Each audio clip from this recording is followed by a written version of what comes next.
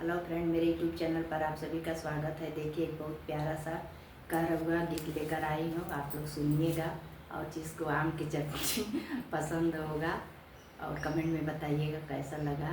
राधे राधे, अपना ख्याल रखिएगा।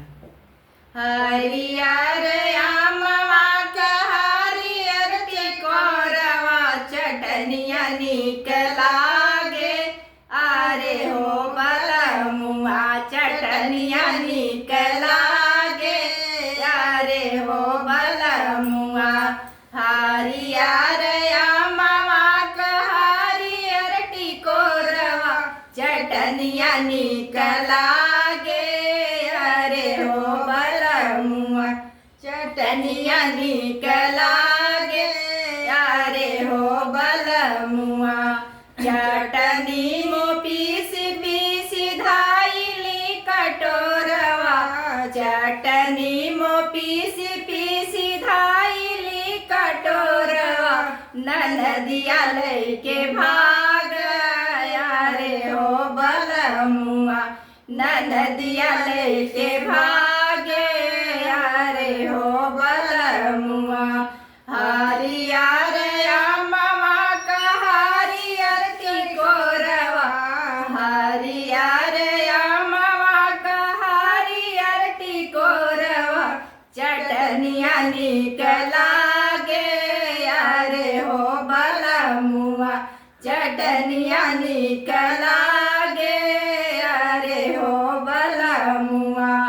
देना दे तू ना नदी होया में का चटनिया, देना दे तू ना नदी होया में का चटनिया, बीरनवा तो हर खाई है, अरे हो बटनिया बीरनवा तो हर खाई है, अरे हो चटनिया।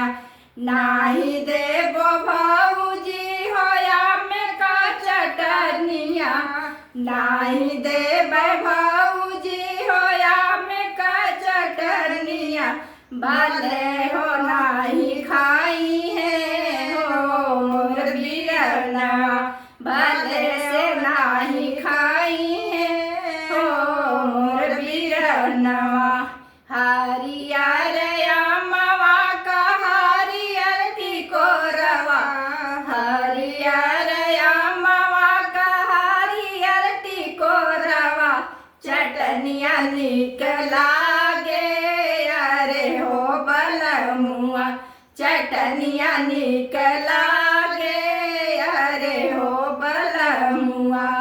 देना दे तू ना नदी होया में का चटनिया, देना दे तू ना नदो हो आम का चटनिया, बीरनवा सियाल, अरे हो ननदिया बीरनवा सियाल, अरे हो ननदिया।